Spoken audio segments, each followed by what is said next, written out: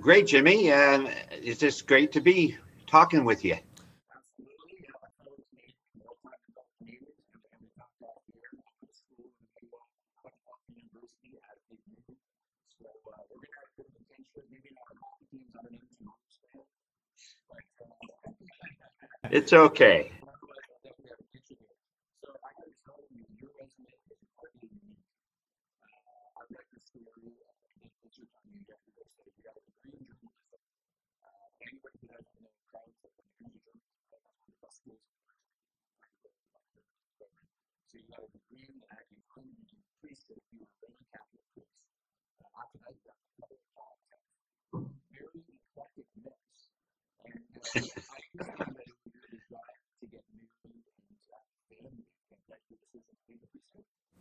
Yes, given some of the headlines in the newspaper on priests, the small handful of priests, when I ran for the one time in politics, that's all people wanted to know. Like, why did you leave? And I said, for love. I left for love, and they were good. They were happy with that.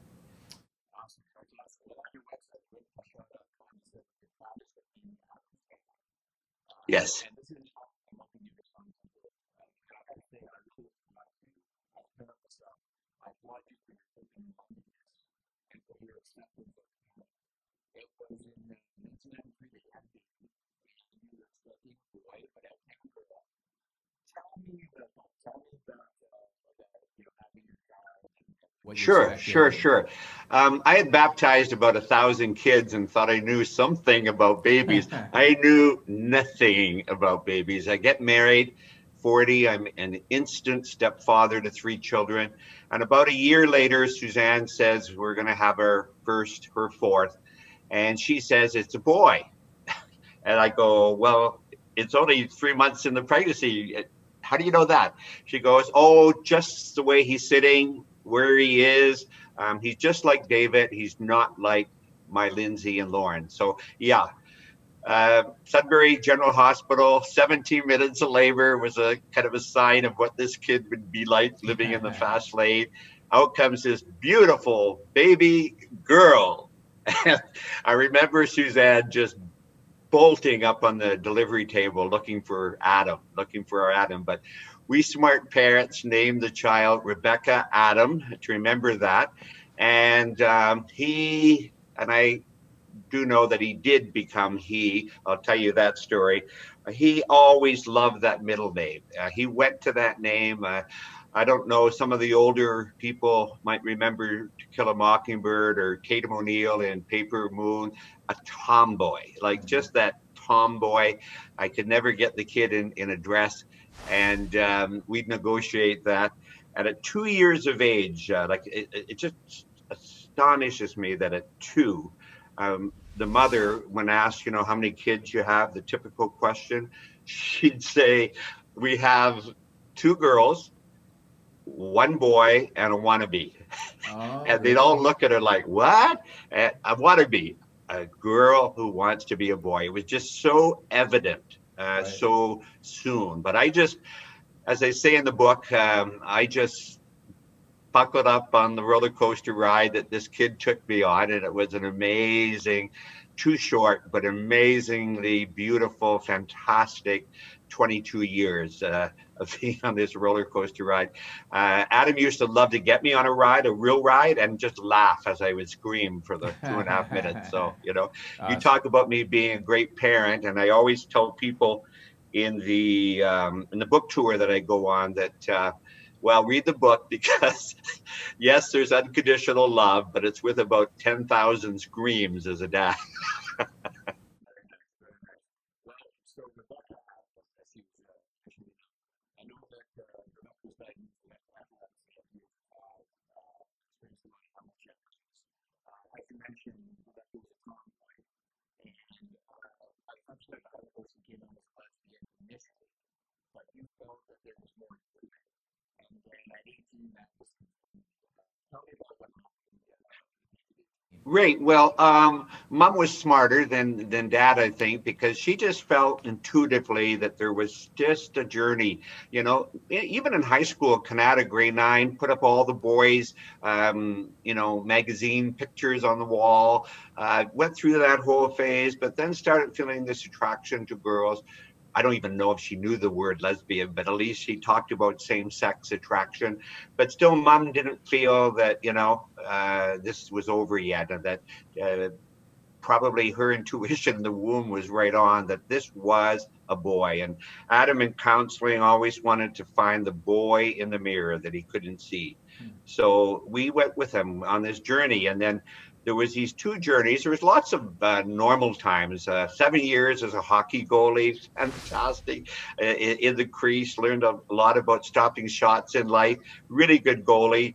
Got driver's license. So there's a lot of normal, but these two journeys, the gender journey home to the boy, and then this epilepsy started when Rebecca was 5, and the minor ones, the controllable ones, and they lasted 5 years and they were gone. And we thought we were clear. But at 17, one of the major ones hit, and often does happen with puberty. And Adam was identified. It's not the average, but typical kid, the exception, as very strong candidate for surgery. They really figured it was like Canada Day fireworks when they looked at the EEG, and they said, if we go down there where we see the source of the trigger and take that out, we think he's going to be fine. So we didn't get 2 brain surgeries, 8 hours a day. He's back on Facebook the next day, grinning with a black eye and looking like Rocky. And that was my kid. He just wanted to get back to normal. We didn't get the miracle we wanted, but the surgeries did help. They reduced the frequency and the severity. So that was up at 18. And 18, he was announcing it was Adam, that he was always Adam. And we were getting ready to settle in his adult years as he started to live on his own with his friends downtown, looking at this gender journey and just hoping that the seizures would stop. Really interesting. It was the news that you were worried would happen to him with the instrumentation. You said, quote, I never ever had a sudden hesitation like that again. Talk about the transition in terms of if you're going to get any assistance with looking for family, friends. Right. I grew up in a pretty open family in the sense of, I mean, we were we were traditional, so-called normal in the days, crazy normal, Catholic. But my dad always seemed interested in curious diversity and difference, and so I never got that judgment from him, and so I got good messages. But you live in a boys' world, a locker room world, and all the stuff going on out there. My biggest issue as a parent was not whether to accept, it was to make sure it was right for him because he was impulsive. And I wanted to make sure that this wasn't just his Monday flavor of the week, that this was the real thing. So there's testing, there's professional social workers, there's doctors, there's an international test. And we just went with him for that journey. And it really helped me to hear the professionals say, he's Adam, he presents as Adam. That's who this kid is. So that was good. But then there was, of course, with my life in politics and ministry, I just knew the discrimination out there, the hurt, the names, the labels. The people sometimes don't look at see a person. And that was one of the reasons I wanted to write the book, to put a real face on this label that we sometimes use. And it was just the fears. I wanted to protect him. And, you can't protect your kids always. And he has to go out into the world. So, yeah, the fears, but not judgment. Neither ever from a faith perspective. That was never my faith. And that's always intriguing for some people. They want to ask about that. But it was that worry for him, and just to be certain that this is what he should do. And how did the following years go post transition? Did you run into any of those issues, or did you find that everybody was accepting? He wouldn't talk about them much. He was living on his own downtown, having a great time with his friends. He might just blow off somebody on Facebook one night. He'd get mad. He was a chef assistant at the Canadian Museum of Nature, and occasionally a boy would call him sir, and a mother would correct the boy, and of course the little kid was right. Right. The mom was wrong, and he'd get mad and put up a Facebook post about that, but he never stayed there. He just had such a sunny disposition. He was just a happy-go-lucky, mischievous, funny person. I didn't always appreciate his humor, and yet he just went through. He went through all that stuff. So he had some hurts, and he had some knocks. As his mom says, he had a hard life, but he always went to the sunny place. So the transition was going well. I think we were starting to look at Montreal, where there is some gender reassignment surgery, top, possibly bottom. But we were just reading. We were just looking at that. And that wasn't going to be life's plan, what ended up happening to him. Right, yeah. And I know Adam continued to battle epilepsy. And then in January of 2016, you got a phone call. Do you mind talking about that, about what happened to Adam? Yeah.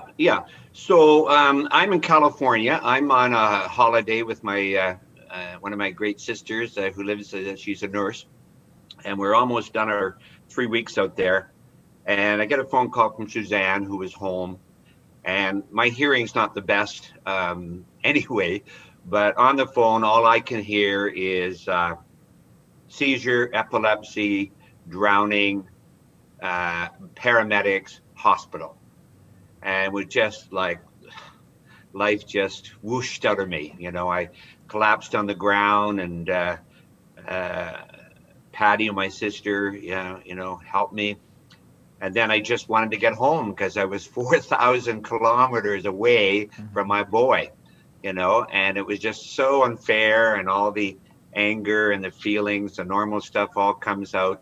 But I'm praying to God for the miracle, and then I'm mad at God at all that normal stuff, that happened. So it was a red eye home in more ways than one. And I got home for the vigil for the weekend. But when I walked into that room at the Ottawa Hospital, I knew too much from my years in ministry. I'd been in those rooms. I saw life support, but they didn't ever use that term.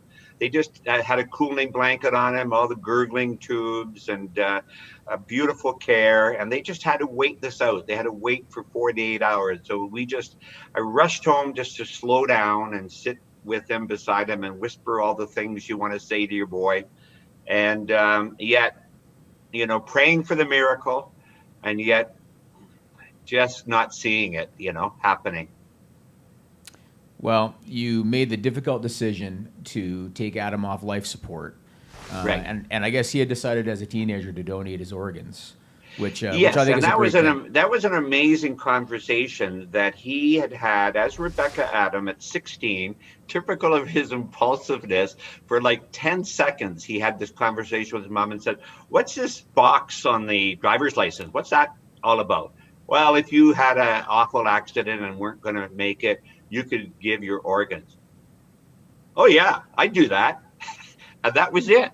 That was it. And in my organ donor work now as an advocate, I've learned how important that conversation was, because even though I knew that was my kid, Suzanne confirmed that he wanted to be one. He was registered, and they don't proceed even if they see that this person is registered. The rules in the province are, we want the permission of those people around the room. So it was the hardest weekend of my life, and yet I often say in organ donor talks, it was the easiest decision, not only because Adam was registered, but we knew his wishes, and we were not going to stand in the way of those wishes. So 3 weeks afterwards, we got this amazing letter from Trillium Gift of Life that he had saved 4 people. A man had got his heart, and I always choke up a little bit when I say that, because it just was so perfect given his journey. poem to the boy in the mirror. And 3 women got the kidneys and a liver, and he saved 4 lives. And given the anonymous rules, that is how we thought it would all end. Yeah, and I didn't know about the anonymous rule until I read your story. And so what ended up happening was you received a letter anonymously, and you ended up responding to it. Tell me about the letter, what the letter said, and what you said back. Sure, Jimmy. The anonymity rule I was always curious about. I didn't really understand it. I think I've actually grown in some understanding of it, in the sense that it's 2 separate worlds. It's somebody is grieving and somebody's healing, and the healing is like a full-time job. The fact you get a new heart doesn't change your life. You still got all those issues in your life, and there's guilt. Someone had to die for this to happen. So I've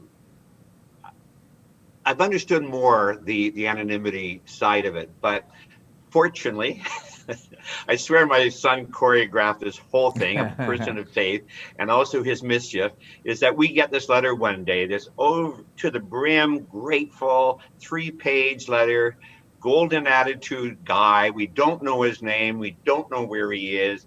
And he's just said that he's woke up. He wanted to know who his donor was, and he's going to live his life, not just for himself and his family, but for his donor.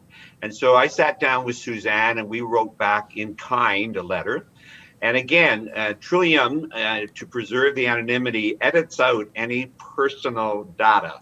So apparently I was to find out later from the heart recipient that he had to go through about 7 iterations.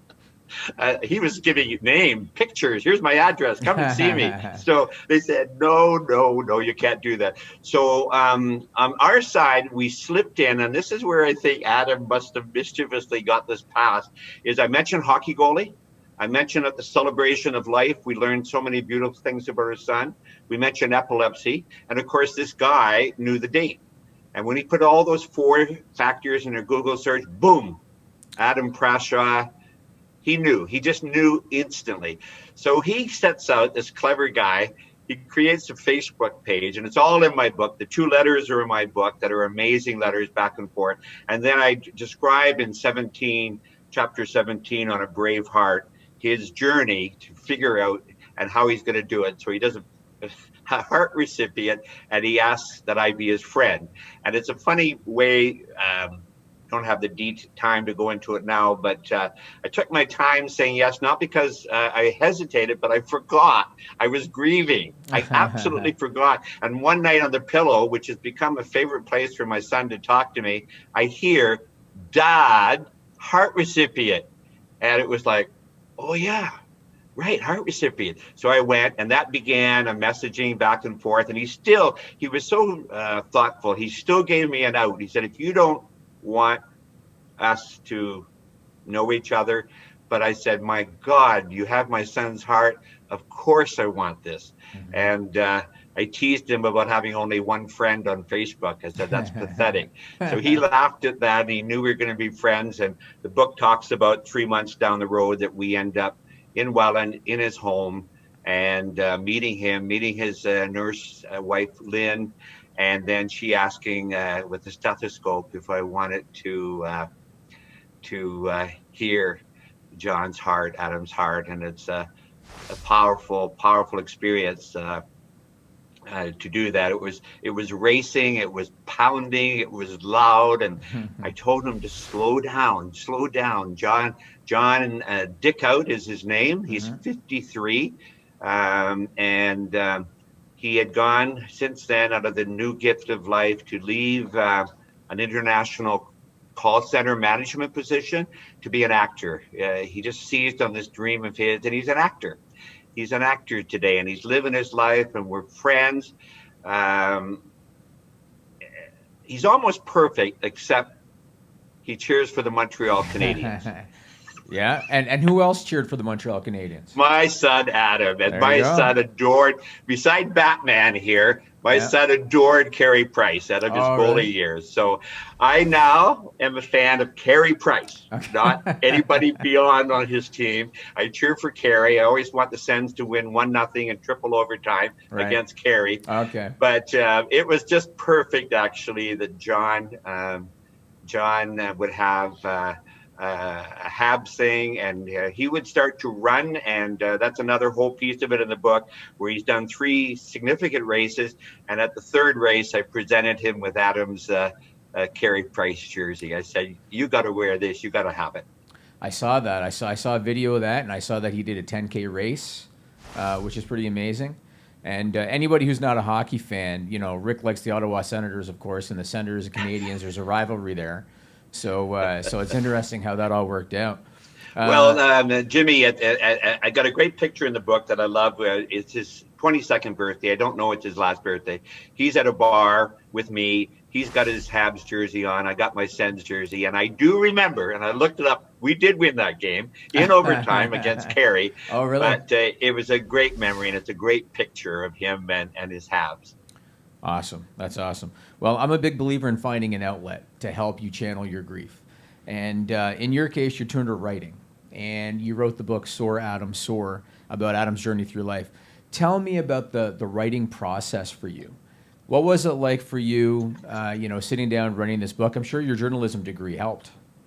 Well, it did, except I was grieving and I was stuck. And I was on his Facebook. I was his Facebook friend. And that was like, learning that I didn't have to call 911 every time he put one of his crazy posts up. But I wondered one day if I was ever going to write the story about a Catholic priest who married and becomes a proud father Right. of a trans son. And put some of his posts in. That was a great story in itself. It's and then, amazing. of course, with the tragedy that happened, I didn't know what I would do because I hadn't really committed to a book. But once I got grieving and down in my office and where Adam's bedroom had been, I was reading all of his posts and they were just so funny. And he was a good writer himself. And so I said, I've got to tell his story. But I think in terms of what your great work that you're doing now with your organization there, the Grappling with Grief, it was very interesting. If you don't mind, it's just 2 paragraphs if I read it, because it really explains why grief is in the book, because I didn't want it in the book. I wanted to slam that door, close the windows, and grieve in private. So January 2016, I'm now back in Canada in Ottawa. Alone, but not for long. Grief moves in. Grief, this messy, irrational, terrifying, unpredictable, and petty visitor is settling in. More like barging in, unpacking for the long haul. My sister Jude offers to stay, but I push her out the door. I close the windows, I draw the drapes, and I brace myself alone for the sure storm to come. I'm thinking that I can do this gig in private. I certainly don't need to include any more chapters in this book about grief, because this story is about Adam. I want to shine a light on him, his story, his courage. This grief is mine, not his. It's private.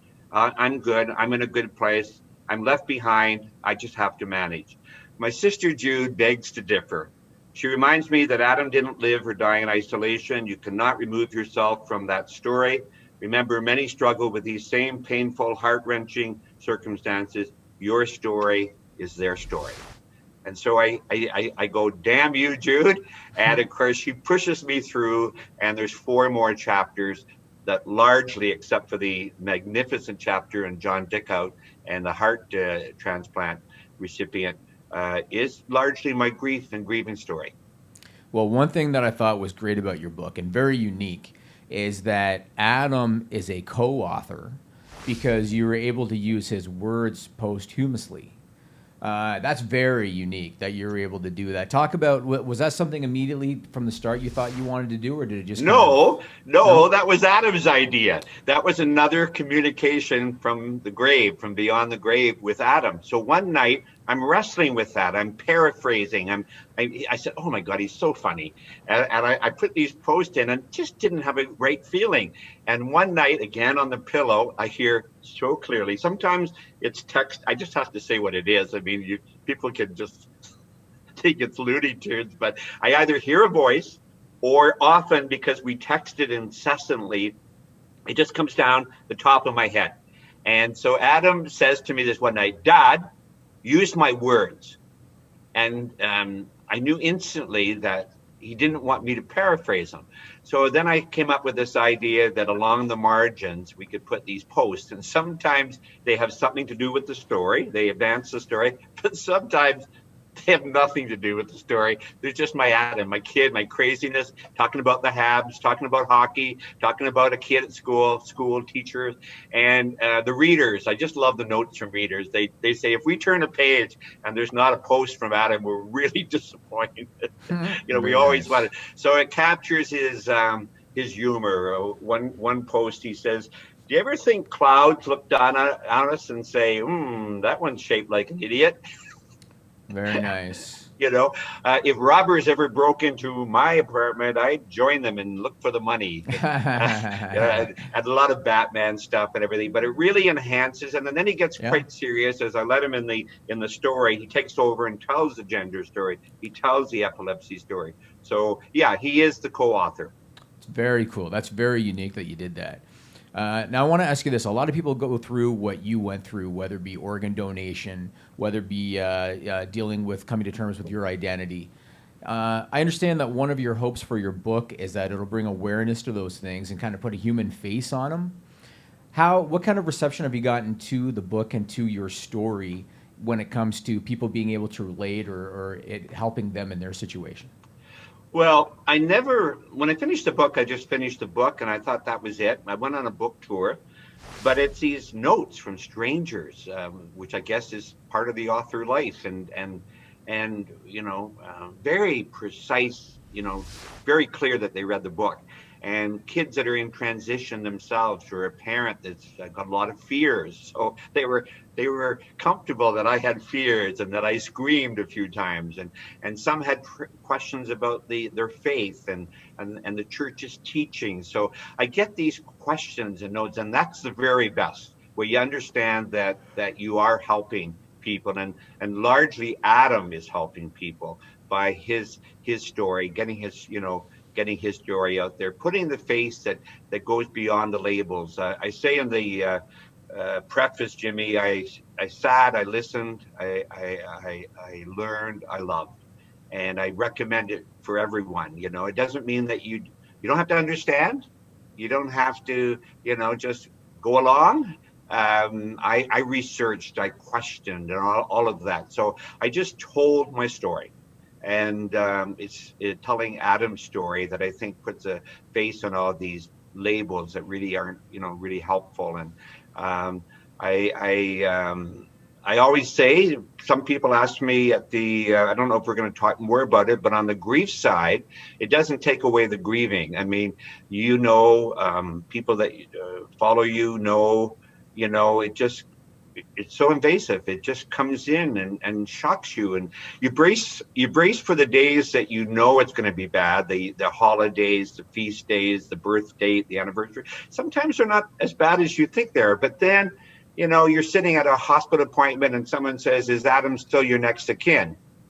And it's just a jolt that you hadn't thought about changing that. Or one day I tell the story in the book about being at the Briar, and I love curling because my stepdaughter Lauren is a really good curler in Canada, and we're at the men's Briar, and suddenly they announced for the first time ever, because of what Glenn Howard has just done, he's brought his Vice Richard son out.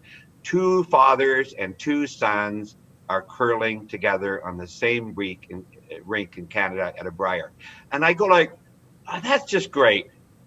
And then boom, it just hit me, and I had to leave the Briar. So I don't want to think that, oh, what a lovely guy, he's all through it and past it. And John's a wonderful blessing and a surprise in my life. But I often say grief is permanent because the love that we have for our loved ones is permanent, And I rub the scars. I don't know if you can see it, but I have Adam's ashes around my neck, and it's in the shape of a bullet. And sometimes I think that's just the perfect metaphor for the bullet we took, and yet I rub it and it's hard. And it reminds me how hard he was. He was a hard-headed kid. He was stubborn, but he was resilient. So sometimes I rub it just so that he might appear.